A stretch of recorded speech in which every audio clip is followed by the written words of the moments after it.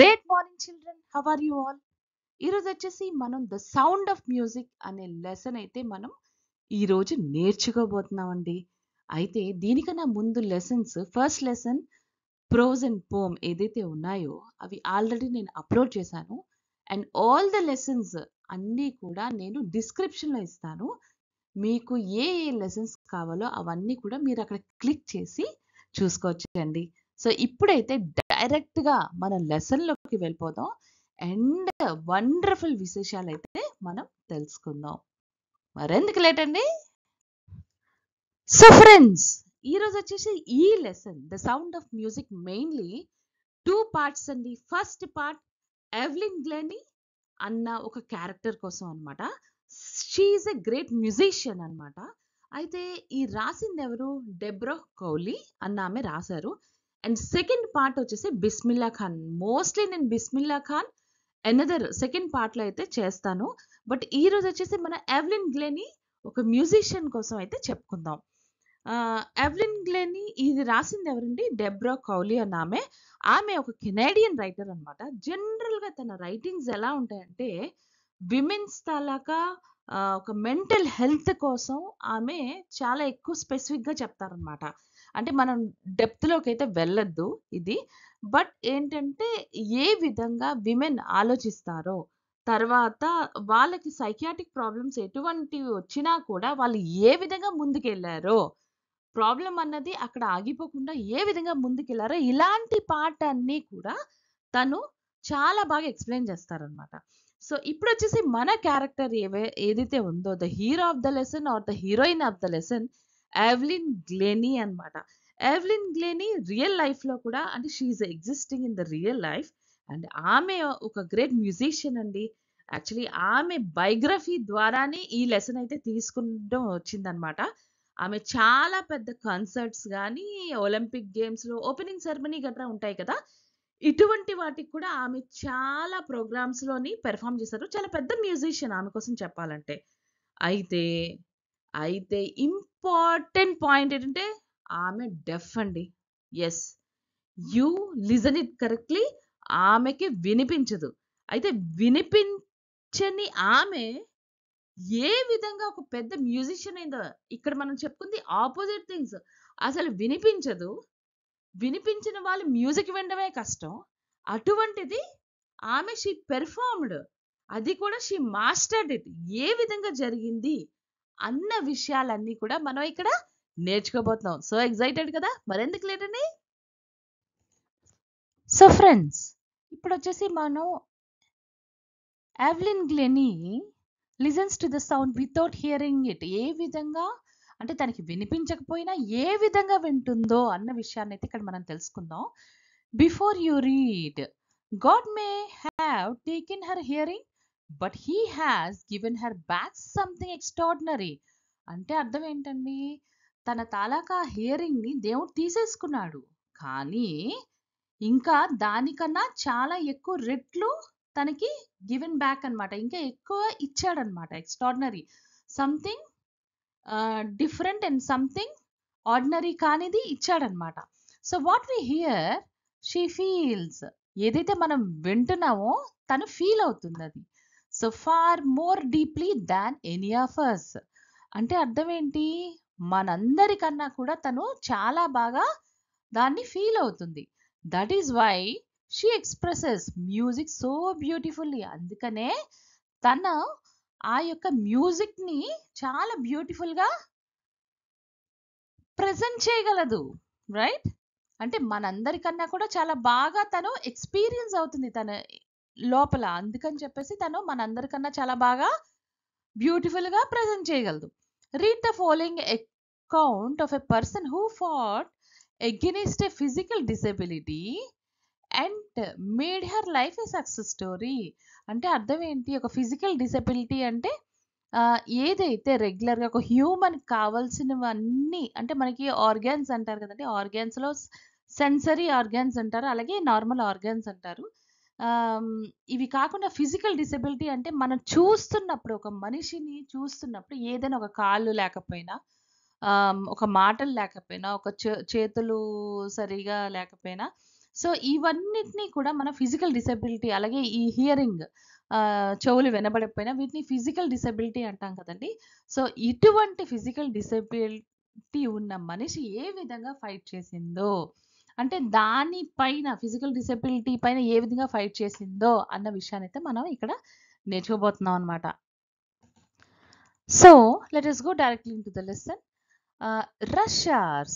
Rush hours, crowds jostle for position on the underground train platform. అంటే అర్థం ఏంటి? jostle అంటే పుష్ రఫ్లీ. అంటే అక్కడ ఎంత క్రౌడ్ ఉందంటే చాలా ఒకళ్ళనొకళ్ళు పుష్ చేసుకుంటున్నారనమాట. అంత క్రౌడ్ ఉంది అన్న విషయం. అది కూడా రష్ అవర్. అంటే ఇప్పుడు ఫర్ ఎగ్జాంపుల్ పీక్ అవర్స్ అనమాట. మనకి ఆఫీస్‌కెళ్ళిన టైంలోని 9:00 నుంచి ఫర్ ఎగ్జాంపుల్ ఈవినింగ్ 5 అనుకోండి. 8:00కి మనం ట్రైన్స్ గాని చూసినట్టయితే మెట్రోపాలిటన్ సిటీస్‌లో చాలా రష్‌గా ఉంటాయి కదండీ! అదే విధంగా మన ఊరుల్లో ఆఫీస్ టైమింగ్స్‌లో మన ఊర్లో రోడ్స్ అన్నీ చాలా క్రౌడ్‌గా ఉంటాయి కదండీ! ఆ విషయం చెప్తున్నారనమాట. రష్ అవర్ అంటే అది.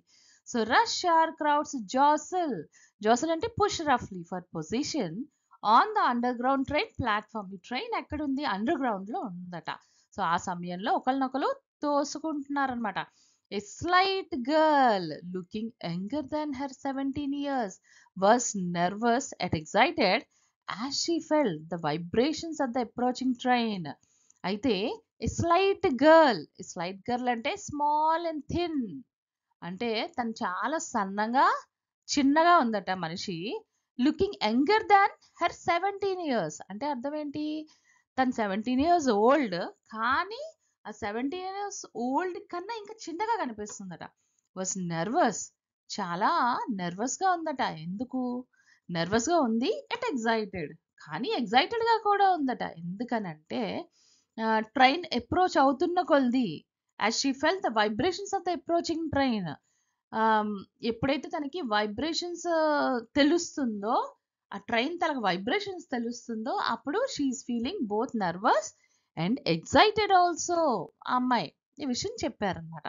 It was her first day at the prestigious Royal Academy of Music in London, and daunting enough for any teenager fresh from a Scottish farm. అంటే అర్థం ఏంటండి? డాంటింగ్ అంటే ఫ్రైటెనింగ్. అంటే it was her first day at the prestigious Royal academy of Music in London.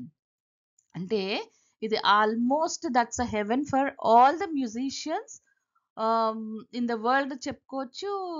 In London అని చెప్పుకోవచ్చు అనమాట. So, అటువంటి ప్లేస్‌కి ఏదైనా అటువంటి చాలా పెద్ద ప్లేస్‌కి గాని మనం వెళ్ళినట్టయితే చాలా భయపడుతూ ఉంటాం కదండీ! అలాగే ఆ అమ్మాయి కూడా కొంచెం భయంతోటి బట్ స్టిల్ ఎక్సైటెడ్‌గా ఉందన్నమాట. అటువంటి ప్లేస్‌కి తను ఎళ్ళబోతుందని చెప్పేసి. And daunting enough for any teenager fresh from a Scottish farm. ఎందుకని? తను not only a 17 years old girl who is going to present తన ఆ మ్యూజిక్ అకాడమీలో తను నాట్ ఓన్లీ ప్రెజెంట్ చేయబోతుంది. బట్ ఆల్సో తను she is from a Scottish farm. అంటే ఒక విలేజ్ గర్ల్ అని చెప్తున్నాడనమాట. స్కాట్లాండ్‌లో ఒక విలేజ్ గర్ల్. అటువంటి అమ్మాయి అంత పెద్ద రాయల్ అకాడమీ ఆఫ్ మ్యూజిక్‌లోని ప్రెజెంట్ చేయబోతుందంటే చాలా గొప్ప విషయం అనమాట. But this aspiring musician faced a bigger challenge than most. అయితే ఈ అస్పైరింగ్ మ్యూజిషియన్ అంటే అర్థం ఏంటి? A person who wants to be musician, right? So, అటువంటి మ్యూజిషియన్ అదొక్కటే కాకుండా ఇంకా బిగ్గర్ ఛాలెంజ్ తను ఫేస్ చేస్తుంది. What is the bigger challenge she is facing? She was profoundly deaf. So, she was profoundly deaf అన్నమాట. అంటే ప్రొఫౌండ్లీ అంటే అర్థం ఏంటంటే ఎక్స్‌ట్రీమ్‌లీ లేదా గ్రేట్‌లీ షీ ఈస్ డెఫ్. అంటే తన యొక్క ఏదైతే వినబడట్లేదో ఆ విషయాన్ని చాలా గొప్పగా చెప్పడం కాదండి. దీని అర్థం ఏంటంటే ఆమె అస్సలు కొంచెం కూడా ఆమెకు వినిపించదు.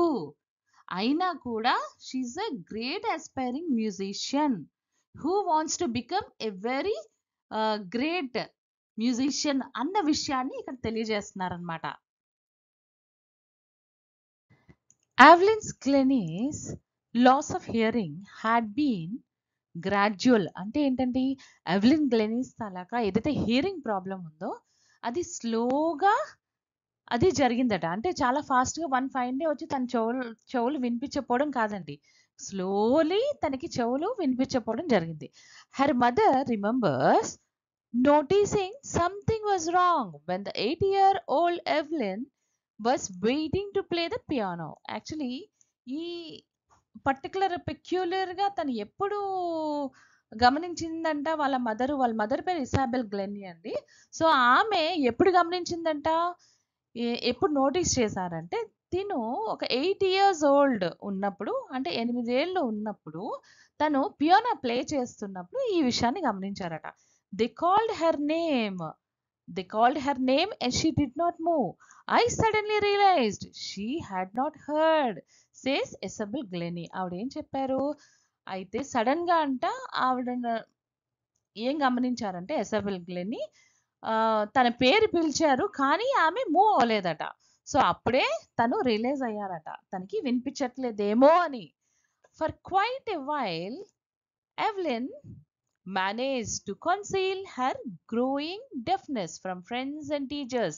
అయితే తిను ఎవెలిన్ ఏం చేసింది, తన తలక ఏదైతే ప్రాబ్లం ఉందో, ఈ హియరింగ్ ప్రాబ్లం వాళ్ళ ఫ్రెండ్స్ అండ్ టీచర్స్ దగ్గర తిను దాచిందట. She hided for some time.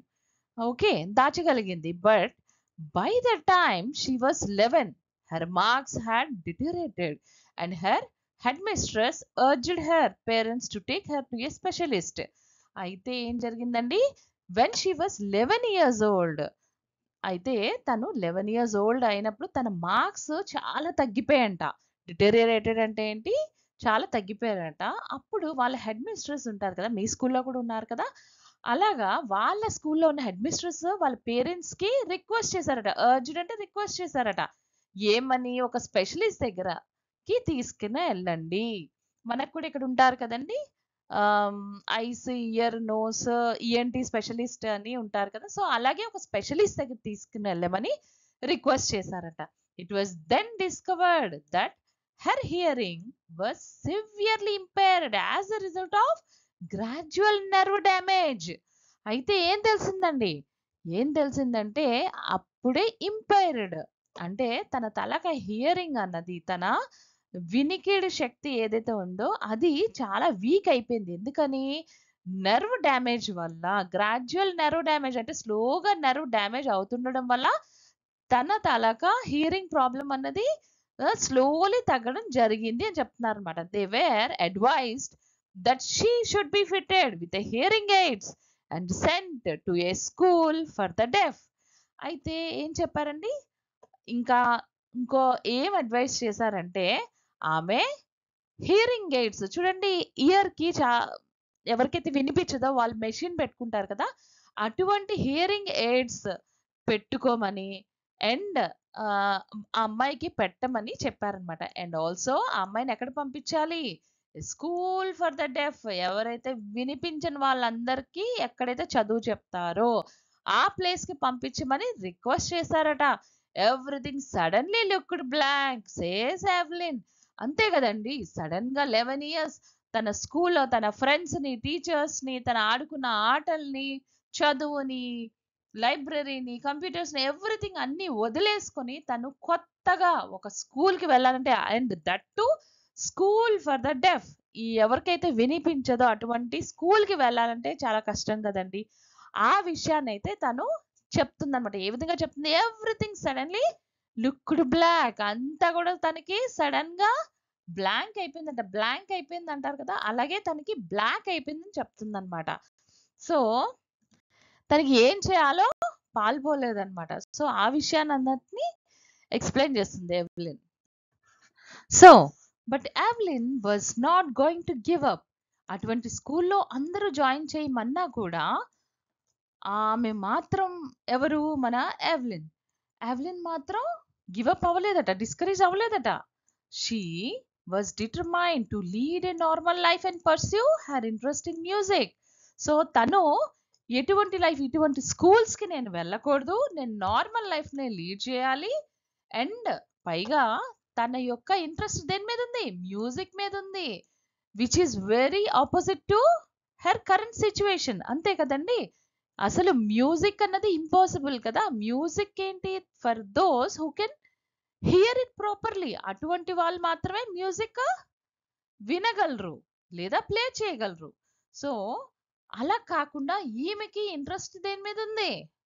Yes, she want to pursue, చదువుకోవాలనుకుంది, ఇంకా మ్యూజిక్ నే స్టడీ చేయాలనుకుంది. One day she noticed a girl playing a xylophone and decided that she wanted to play it too. Xylophone అంటే మీకు తెలుసు కదా, ఇలాగ చిన్నప్పుడు నాకు తెలిసి మీరు కూడా ఆడుకుని ఉంటారు. Xylophone a musical instrument with a row of wooden bars of different lengths. Actually ఇక్కడ సేమ్ లెంత్ కనిపిస్తుంది కానీ ఇక్కడైతే డిఫరెంట్ లెంత్ కనిపిస్తుంది కదా. సో ఇలా డిఫరెంట్ లెంత్స్ ఉన్న వుడెన్ బార్స్ కి ఒక ఇటువంటి ఒక వుడెన్ స్టిక్ తో గానీ మీరు the way you touch it, okay, how much ఇంటెన్సిటీతో దాన్ని కొట్టినప్పుడు ఒక రకమైన మ్యూజిక్ అయితే ప్లే అవుతుంది జైలోఫోన్. నాకు తెలిసి చిన్నప్పుడు మీరు ఇటువంటిది వాయించే ఉంటారు. అయితే ఒక అమ్మాయి one day she noticed a girl playing a xylophone. Xylophone తను ప్లే చేయడం తను నోటీస్ చేసిందట. అండ్ అప్పటికప్పుడు డిసైడ్ అయిందట ఈవెన్ తను కూడా ప్లే చేయాలని. Most of the teachers discouraged her. అయితే చాలా మంది టీచర్స్ డిస్కరేజ్ చేశారు. ఇది ఇంపాసిబుల్, ఎందుకంటే for those who has a proper hearing, వాళ్ళు కూడా ఇటువంటి మ్యూజిక్ ని అయితే ప్లే చేయలేరు. అటువంటిది నీకు వినుకుడి శక్తి కూడా లేదు, అయినా కూడా ఎలా చేస్తారు అన్నట్టుగా చాలా మంది టీచర్స్ అయితే డిస్కరేజ్ చేశారు. బట్ పర్కషనిస్ట్ ఎవరైతే ఉన్నారో Ron Forbes spotted her potential. అయితే పర్కషనిస్ట్ అంటే ఎవరంటే a person who plays the drum, tabla etcetera. అంటే మల్టిపుల్ ఇన్స్ట్రుమెంట్స్ ని సేమ్ టైంలో ప్లే చేసిన వాళ్ళని పర్కషనిస్ట్ అంటారు అనమాట. సో అలాగా ఇతను గురువు గారిని అనుకోవచ్చు. సో అందులో ఈ పర్కషనిస్ట్ ఎవరైతే ఉన్నారో రాన్ ఫోర్బ్స్ అన్నతను తన యొక్క గొప్పతనాన్ని అయితే తను ఐడెంటిఫై చేయగలిగారు. He began by tuning two large drums to different notes. అయితే తను ఏం చేశారట, ఒక 2 పెద్ద డ్రమ్స్ తీసుకొని ట్యూన్ చేయడం స్టార్ట్ చేశారంట. మామూలుగా మనం కూడా ఒక రకమైన సౌండ్ ఇలాగా టేబుల్ మీద గట్రా కొడతాం కదా, అదే విధంగా 2 లార్జ్ డ్రమ్స్ తీసుకుని 2 డిఫరెంట్ నోట్స్ కి తను ట్యూన్ చేయడం స్టార్ట్ చేశాడట. చేసినప్పుడు don't listen through your ears he would say. అతను ఏం చెప్పారు, నీ చెవులతో నువ్వు అసలు వినకు. ఓకే, ఎప్పుడైతే మనం చెవులతో వినడం స్టార్ట్ చేస్తామో, ఆమె కూడా చెవులతో వినడం స్టార్ట్ చేస్తే తనకి తెలియదు అనమాట, తనకి వినిపించదు కదా. సో అందుకని నీ చెవులతో నువ్వు వినకు, try to sense it some other way says Evelyn. అప్పుడు ఎవ్లిన్ ఏమన్నదంటే, okay, I will try to sense it with some other way, ఇంకో విధంగా నేను ట్రై చేస్తాను సెన్స్ చేయడానికి అని చెప్తుందన్నమాట.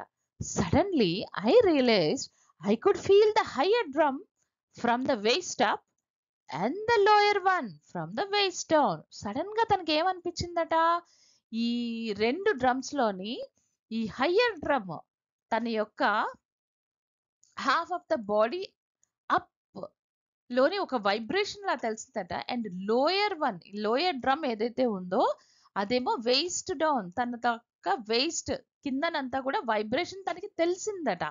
So Forbes repeated the exercise.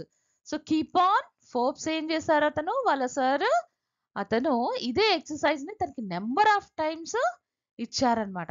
And soon Evelyn discovered that she could sense certain notes in different parts of her body. So ఇలాగ number of times చెయ్యడం వల్ల ఏం జరిగింది, తనలో తనే తెలుసుకుంది. అంటే డిఫరెంట్ నోట్స్ కి తన బాడీలో డిఫరెంట్ పార్ట్స్ అన్నవి వైబ్రేషన్స్ ని తను సెన్స్ చేయగలిగింది అనమాట. Different parts of our body sense చేయగలిగింది డిఫరెంట్ నోట్స్ ని, right. So I had learned to open my mind and body to sounds and vibrations. అప్పుడు తను ఏం చెప్పింది, ఏ విధంగా అయితే ఈ నోట్స్ డిఫరెంట్ నోట్స్ ఇవన్నీ వస్తున్నాయో దానికి నా బాడీని నేను తను లెర్న్ చేసిందట. ఎలాగైతే ఓపెన్ చేయాలి తన మైండ్‌ని, బాడీని ఆ సౌండ్స్‌కి, ఆ వైబ్రేషన్స్‌కి అన్న విషయాన్నయితే తిను చెప్తుందనమాట. The rest was sheer determination and the hard work. So, తనేం చెప్తుంది? ఇంకా రిమైనింగ్ థింగ్స్ ఏంటి? The determination and the hard work. So, obviously తను డిటర్మినేషన్ అంటే కంటిన్యూస్‌లీ ఒకటే పనిని అలుపు లేకుండా ఫైనల్ డెస్టినేషన్ ఎళ్ళినంత వరకు నేర్చుకోవడాన్ని డిటర్మినేషన్ అంటారు. సో, అటువంటి దాంట్లో షియర్ డిటర్మినేషన్ తను.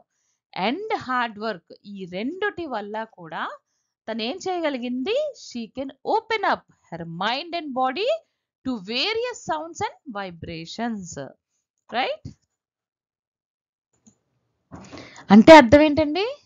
ఆఫ్టర్ నెంబర్ ఆఫ్ అటెంప్ట్స్ అంటే not like 1 or 2 like that. ఒక several hundreds, thousands of attempts తర్వాత తనే తెలుసుకోగలిగిందనమాట. ఆ సౌండ్‌కి ఎటువంటి వైబ్రేషన్స్ తన బాడీలో వస్తాయి. ఏ పార్ట్ దేనికి ఎలా వైబ్రేట్ అవుతుంది. ఈ విషయాలన్నీ కూడా తను తెలుసుకోగలిగింది. So, she never looked back from that point onwards.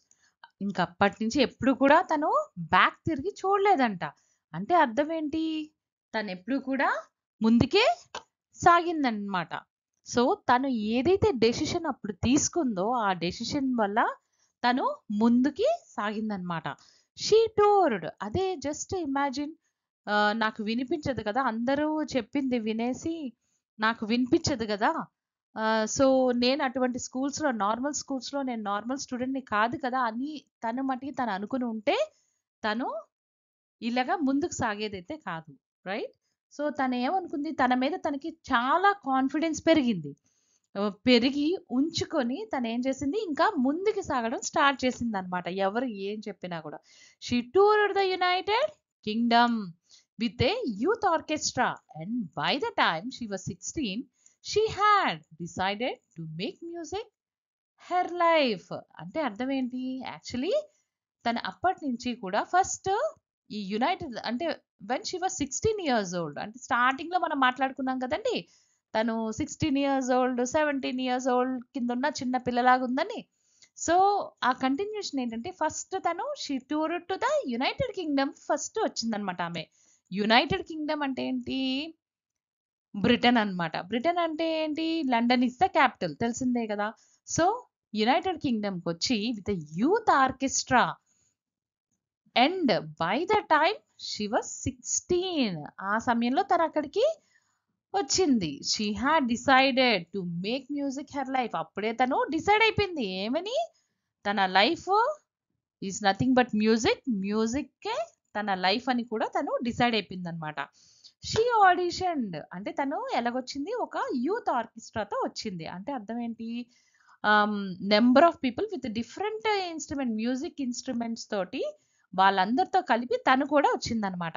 She auditioned for the Royal Academy of Music and scored one of the highest marks in the history of the academy. అంటే అర్థం ఏంటి?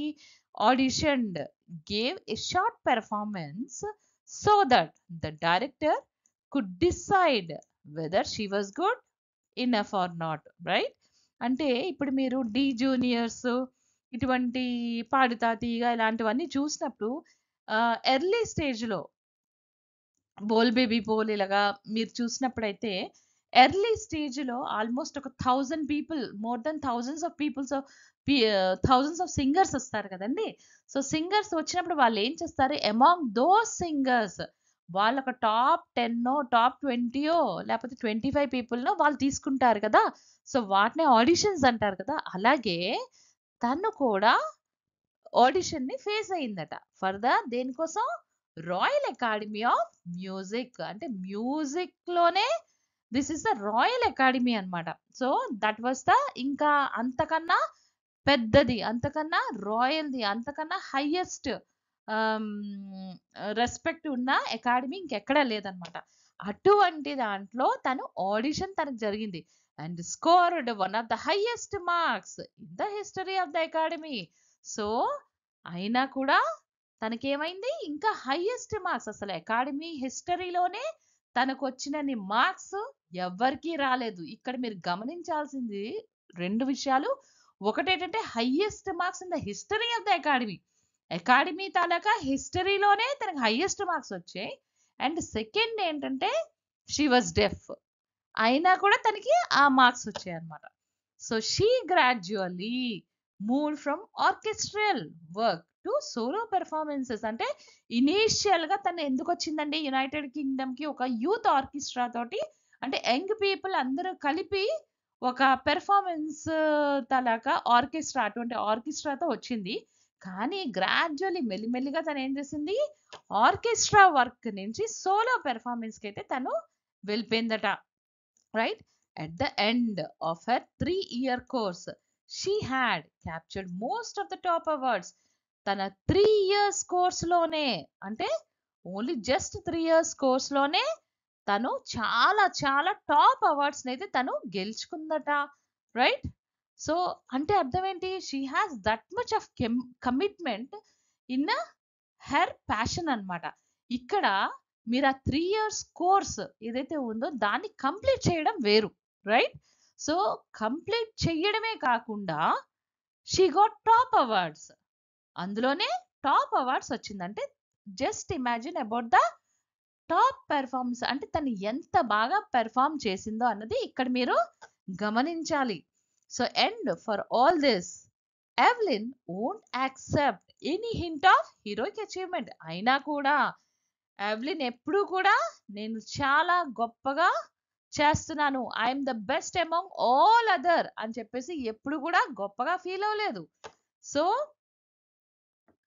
అంటే ప్రౌడ్గా, లైక్ ఐఎమ్ ద బెస్ట్ అని గర్వంగా తను ఎప్పుడు feel అవ్వలేదు ఒక హీరో లాగా. If you work hard and know where you are going you will get there. So తనేం చెప్తుంది, తనేమనుకుంటుందంటే, ఏమంటుందంటే మనం కానీ వర్క్ హార్డ్ చేసినట్టయితే, మనం బాగా వర్క్ హార్డ్ చేసినట్టయితే అండ్ ఏ స్థానంలో నువ్వు ఉన్నావో నువ్వు తెలుసుకోగలిగితే, okay, you will achieve there. అంటే నీ కోసం నువ్వు కానీ తెలుసుకోగలిగితే అప్పుడు యు విల్ గెట్ దేర్, ఆ ప్లేస్కి నువ్వు వెళ్ళగలవు.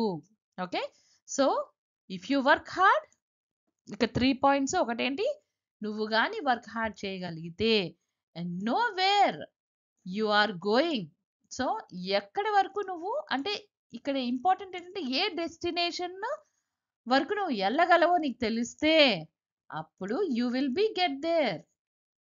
సో ఆ ప్లేస్కి నువ్వు వెళ్ళగలిగిపోతావు అంటే అర్థం ఏంటండి, యు ఆర్, సో నువ్వు ఎక్కడున్నావో నువ్వు ఐడెంటిఫై చేయగలిగితే ఆ తర్వాత నువ్వు సీక్వెన్స్గా దాన్ని డెవలప్మెంట్ చేయగలిగితే అప్పుడు నువ్వు ఆ ప్లేస్కి వెళ్ళిపోగలవు అన్న విషయాన్ని అయితే తను చెప్తుందన్నమాట. So after that she got right to the top. So ఇంకా తనకి ఎటువంటి స్టాప్ లేదండి, ఇంకా టాప్ పొజిషన్కి అయితే తను వెళ్ళింది. వరల్డ్స్ మోస్ట్, ఇప్పుడు ఒకప్పుడైతే జస్ట్ రాయల్ అకాడమీ, ఇప్పుడైతే world's most sought after multi percussionist. అంటే తను కూడా ఒక పర్కషనిస్ట్ అయిందనమాట. అంటే మల్టీ డిసిప్లినరీ ఇన్స్ట్రుమెంట్స్ అన్ని తను కూడా చేయగలిగేది with a mastery of some thousands of instruments. So some thousands of instruments తను చేయగలిగేది అనమాట.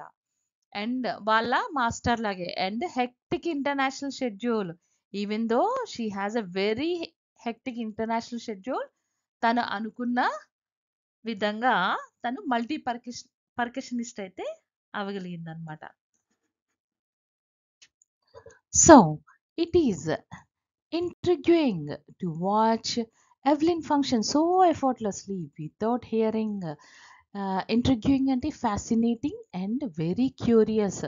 తను ఏదైతే పని ఉందో ఎవెలిన్, తను చేసే పనులు ఏవైతే ఉన్నాయో అసలు కష్టం అన్న ఒక ఫీలింగ్ కూడా లేకుండా ఈవెన్ తనకి వినిపించకపోయినా కూడా పని చాలా సక్సెస్‌ఫుల్‌గా చేసుకొని వెళ్ళిపోతదట. In our 2 hour discussion she never missed a word. అంటే మన ఆథర్ మాట్లాడుతున్నప్పుడు కనీసం అంటే కనీసం ఇద్దరు కన్వర్జేషన్ జరుగుతున్నప్పుడు ఆమె యొక్క భాషని ఒక్క వర్డ్ కూడా తను మిస్ కాలేదంట. అంటే ఇప్పుడు ఒక కన్వర్జేషన్‌లో యువతలోళ్ళు మాట్లాడుతున్నప్పుడు, అవతలోళ్ళు మాట్లాడుతున్నప్పుడు కనీసం ఒక సెంటెన్స్ కావచ్చు, ఒక వర్డ్ కావచ్చు తను మిస్ కాలేదట. అంటే వాళ్ళ కన్వర్జేషన్ అంత బాగా జరిగిందని చెప్తుంది.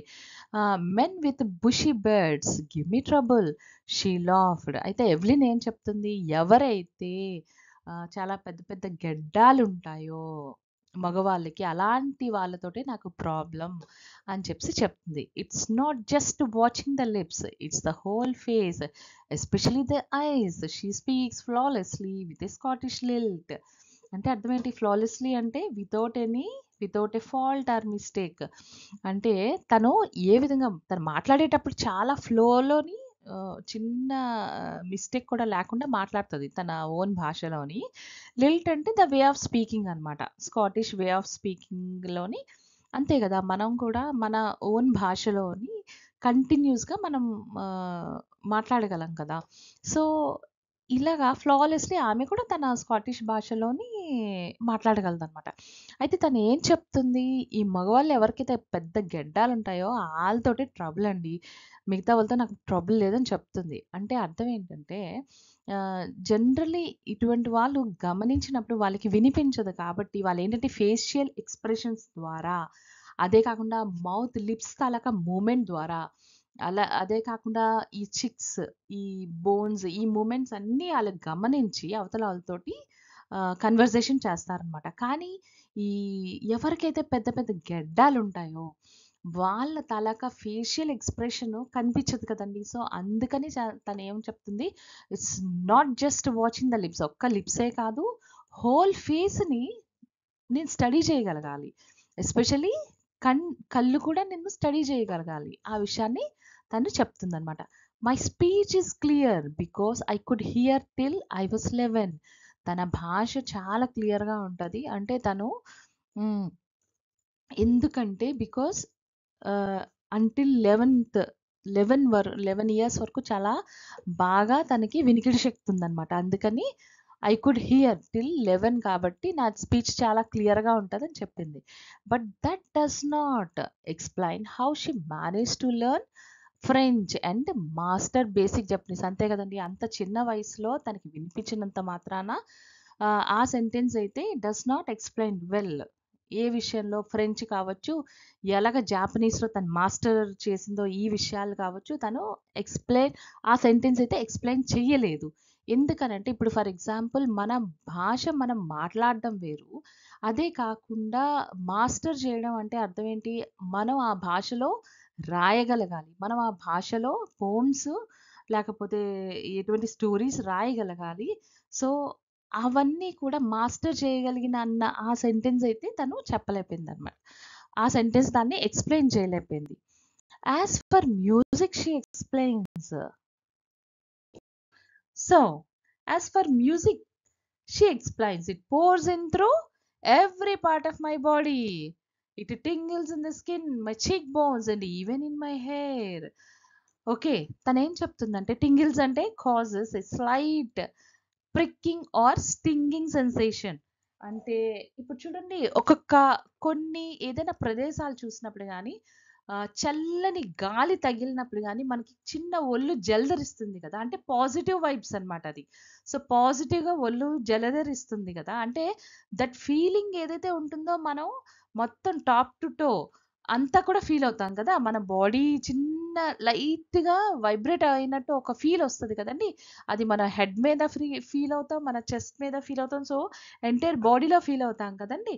సో, అటువంటి ఆహ్, తనేం చెప్తుందంటే ఐయామ్ సో ఎక్సైటెడ్. తనకి ఎంత ఇష్టం అంటే మ్యూజిక్ అంటేనే తన every part of the body ah, feel అవుతుందనమాట. సో, ఆ టింగిల్స్ అన్నవి ఈవెన్ స్కిన్ ఫీల్ అవుతుంది. చిక్ బోన్స్ ఫీల్ అవుతుంది. Even in my hair. Even హెయిర్‌లో గూడా తను ఆ యొక్క ఫీలింగ్ అయితే ఉంటుందట. When she plays the xylophone she can sense the sound passing of the stick into her finger tips. అంటే అర్థం ఏంటి? జైలోఫోన్ ఎప్పుడెప్పుడైతే ప్లే చేస్తుందో ఈ స్టిక్ ఉంటుంది కదండి, ఆ స్టిక్ తోటి కొట్టినప్పుడు ఈవెన్ ఆ వైబ్రేషన్ ఏదైతే ఉందో తన ఫింగర్ టిప్స్ కూడా అవి అంతే వైబ్రేషన్ చెందుతున్నాయి అన్నమాట. దట్ మీన్స్ ఆ ఫింగర్ టిప్స్ ని ఆ ఫింగర్ టిప్స్ సెన్స్ చేస్తున్నాయి. ఆ వైబ్రేషన్ ఏదైతే ఉందో, ఆ సౌండ్ తలగా వైబ్రేషన్ ఏదైతే ఉందో ఆ ఫింగర్ టిప్స్ కూడా సెన్స్ చేస్తున్నాయి. By leaning against the drums, um, she can feel the resonances flowing into her body. So తనేంటండి, డ్రమ్స్ కాసి కొంచెం ముందుకు వచ్చినా కూడా, లీనింగ్ అంటే కొంచెం ముందుకు రావడం అనమాట, టువర్డ్స్ ద డ్రమ్స్ అనమాట. అలాగ వచ్చినప్పుడు she can feel the resonances flowing into her body. So ఏదైతే రిజనెన్సెస్ ఉంటాయో అది మన బాడీలో, తన బాడీలో తను ఫీల్ అవుతుందట. యాక్చువల్లీ రిజనెన్స్ అంటే ఏంటంటే ఎకోస్ ఆఫ్ సౌండ్స్ అన్నమాట. యూజువల్లీ మనం ఆర్కెస్ట్రా కానీ చూసినట్టయితే ఒక పాట ఉందనుకోండి, ఏదో ఒక పాట తీసుకోండి, అలా వైకుంఠపురములో అన్న సాంగ్ మనం తీసుకున్నప్పుడు అక్కడ మనం గమనించినట్టయితే ఆమ్, ఒక డ్రమ్స్ కావచ్చు, కీబోర్డ్ కావచ్చు, లేకపోతే ఒక గిటార్ కావచ్చు, అన్నీ కూడా ఒకటే నోట్ తోటి, నోట్స్ ఉంటాయి కదా, ఒకటే నోట్స్ తోటి వాళ్ళు ప్లే చేస్తారనమాట. అందుకే ఒక వండర్ఫుల్గా ఒకటే సౌండ్ని అన్ని రకాల ఇన్స్ట్రుమెంట్స్ వినిపిస్తాయి అనమాట. సో ఆ పెర్ఫార్మెన్స్, సో అటువంటి వాటినే మనం ఏమంటాము, రిజనెన్స్ అని చెప్పేసి అంటాం అనమాట. సో ఆ రిజనెన్సెస్ ఏవైతే ఉన్నాయో తను తన బాడీలో ఫీల్ అవుతుంది అని చెప్పేసి చెప్తుంది అనమాట. By leaning against the drums she can feel the resonances flowing into her body. On a wooden platform she removes her shoes so that the vibrations pass through her bare feet and up her legs. అంటే అర్థం ఏంటి? తను usual గా ఈ vibrations ఏదైతే ఉందో ఆ vibrations ని తను బాడీ ఫీల్ అవుతుంది అనమాట. సో అందుకని తను ఏం చేస్తుంది, ఈవెన్ దో చాలా పెద్ద పెర్ఫార్మెన్స్ అయినా కూడా, యూజువల్లీ అక్కడ అబ్రాడ్లో మనం యూకే అటువంటి చల్లని ప్రదేశాలు తీసుకున్నప్పుడు మనకి వుడెన్ ప్లాట్ఫామే ఉంటుంది కదండి. సో వుడెన్ వాళ్ళ హౌసెస్ కూడా వుడెన్ ప్లాట్ఫామ్ తోటే కడతారు కిందన. సో చాలా చల్లని ప్రదేశం, సో దట్ ఏంటంటే ఆమ్, ఎక్కువ మన గ్రౌండ్ నుంచి చలి రాదనమాట. సో వుడెన్ ఉంటాయి కదా, అలా మొత్తం ఇయర్ అంతా కూడా వాళ్ళకి ఒకటే టెంపరేచర్, అదే చాలా లో టెంపరేచర్స్ ఉంటాయి కదా అలాంటి ప్లేసుల్లో అనమాట. సో ఈవెన్ పెర్ఫార్మెన్సెస్ ఇచ్చినా కూడా వాళ్ళ అటువంటి వుడెన్ ప్లాట్ఫామే ఉంటుంది అనుకుంటాను. ఉన్నప్పుడు అప్పుడు తను ఏం చేస్తుందంటే తన షూస్ని రిమూవ్ చేస్తుంది. ఎందుకని అంటే ఆ వైబ్రేషన్స్ ఏదైతే ఉందో ఆ వైబ్రేషన్స్ని తన బేర్ ఫీట్ అన్నది ఫీల్ అవుతుంది. అండ్ ఆ బేర్ ఫీట్ ఫీల్ అయ్యి అప్ టు ద లెగ్స్ వరకు తనకి ఆ వైబ్రేషన్స్ తెలుస్తాయి అన్నమాట. అంటే డ్రమ్స్ అన్నవి ఒక రకంగా వైబ్రేట్ అవుతాయి, ఒక్కొక్క మ్యూజిక్ ఇన్స్ట్రుమెంట్ ఒక్కొక్క రకంగా వైబ్రేట్ అవుతాయి కదండి. సో ఈ విషయాలన్నీ కూడా తన ఎంటైర్ బాడీ సెన్స్ చేస్తుంది. It's not because she is deaf, కాబట్టి తన ఎంటైర్ బాడీ ఏ విధంగా సెన్స్ చేస్తుందో మనకి ఎక్స్ప్లెయిన్ చేస్తున్నారనమాట. Not surprisingly Evelyn delights her audiences. అంటే అర్థం ఏంటండి? ఆల్మోస్ట్ తనకు ఆడియన్స్ అందరినీ కూడా ఇప్పుడు తను షీ ప్లీజ్డ్ గ్రేట్ఫుల్లీ అనమాట. అంటే వాళ్ళు తిని యొక్క మ్యూజిక్ ఏదైతే విన్నారో చాలా హ్యాపీగా ఫీల్ అయ్యేవారు అనమాట. And not only that, in 1991 she was presented with the Royal Philharmonic Society's prestigious soloist of the year award. అంటే అర్థం ఏంటి? రాయల్ ఫిల్హార్మోనిక్ సొసైటీ అంటే, ఫిల్హార్మోనిక్ సొసైటీ అంటే చూడండి, ఇలాగా చాలా మంది ఒకేసారి ప్లే చేస్తారు కదండి, వీటిని ఫిల్హార్మోనిక్ సొసైటీ అంటారు. ఇటువంటి సొసైటీలో అది కూడా రాయల్ అన్నమాట. అంటే ద నెంబర్ 1 ఫిల్హార్మోనిక్ సొసైటీ ఉంటుంది కదా, వాళ్ళు ఒక ప్రెస్టీజియస్ అవార్డ్ అయితే ఈమెకి ఇచ్చారట. సో ఏంటని? షీఈస్ ద ప్రెస్టీజియస్ సోలోయిస్ట్ అంటే nothing but a singer or a musician who performs a solo performance, right? So ఎవరైతే సోలో పెర్ఫార్మెన్స్ ఇస్తారో వాడిని సోలోయిస్ట్ అంటారు. అటువంటిది ఈ రాయల్ ఫిల్ హార్మోనిక్ సొసైటీ వాళ్ళు the best and prestigious soloist of the year award అయితే ఆమెకి ప్రజెంట్ చేశారనమాట. Says master percussionist James Blades. So ఈ విషయాన్ని ఎవరు చెప్పారు? అదే ఇయర్ ఇచ్చారనమాట. ఇప్పుడు says master percussionist James Blade, God may have taken her hearing, but he has given her back something extraordinary.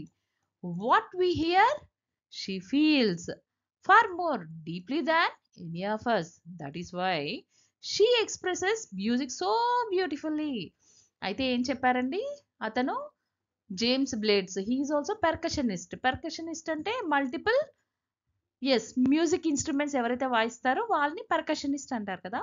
So అందులో ఇతని పేరు జేమ్స్ బ్లేడ్స్ అన్నమాట. అతను ఏం చెప్పారట? God may have taken her hearing.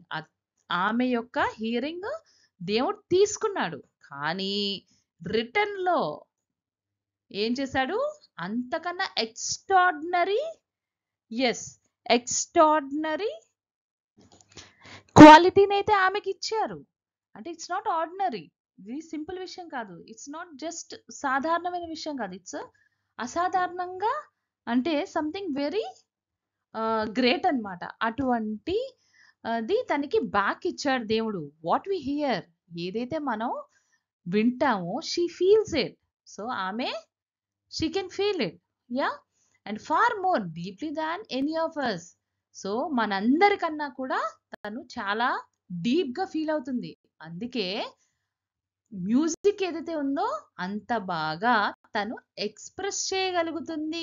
That is why she expresses music so beautifully.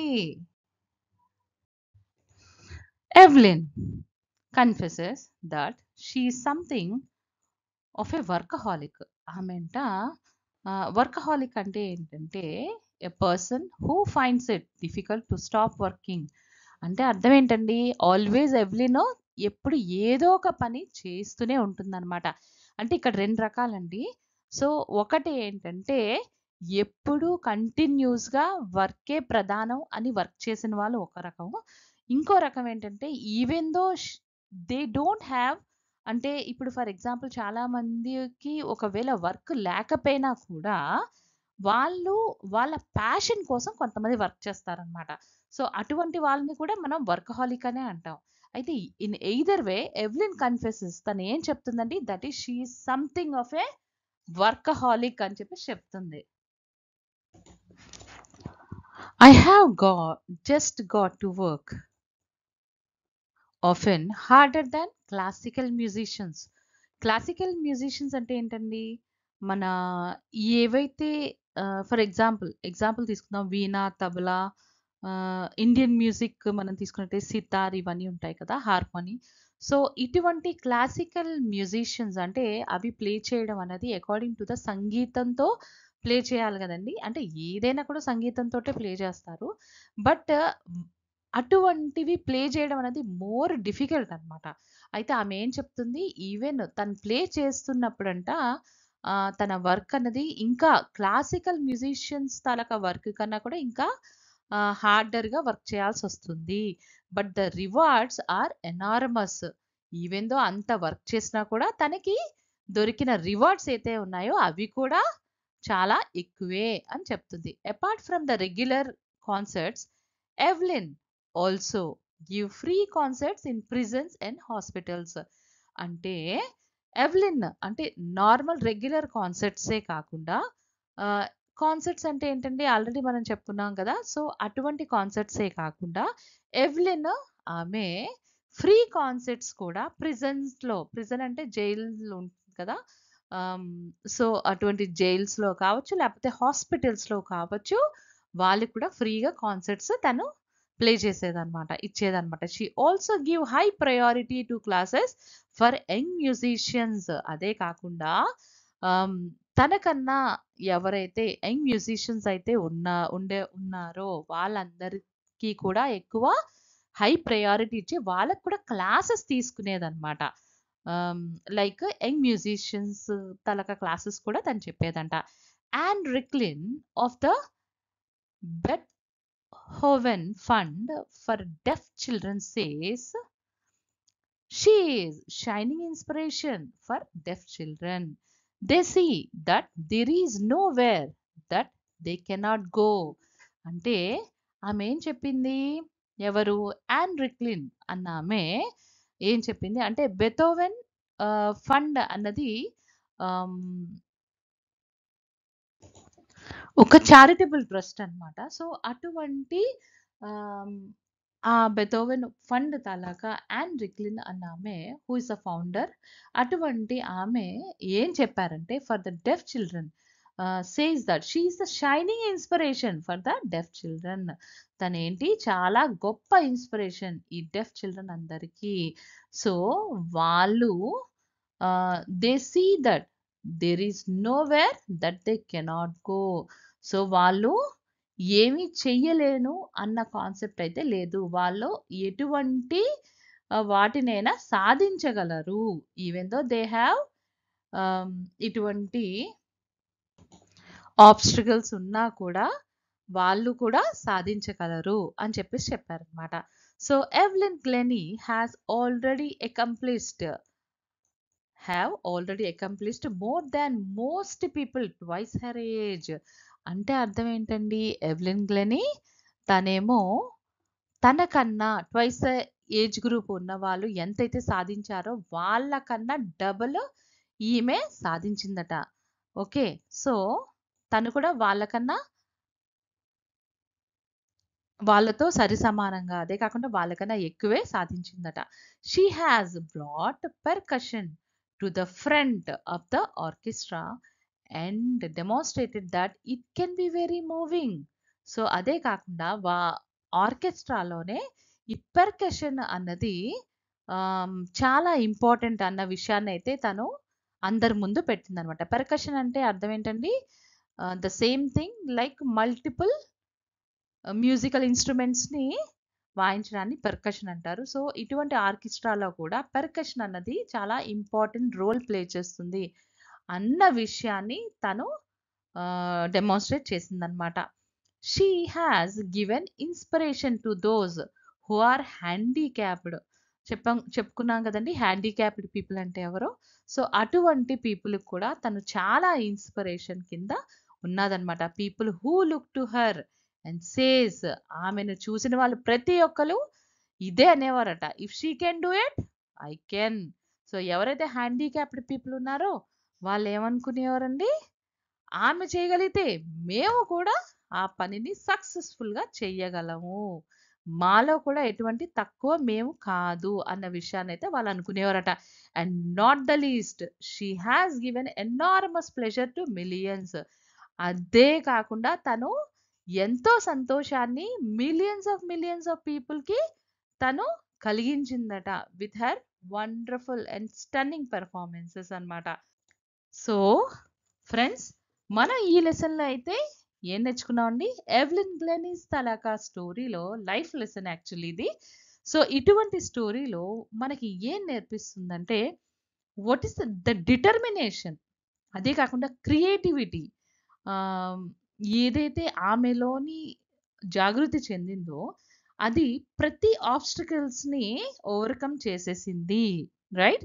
So Evelyn Glennie story teaches us what? The determination and the creativity that she had can overcome many obstacles, right?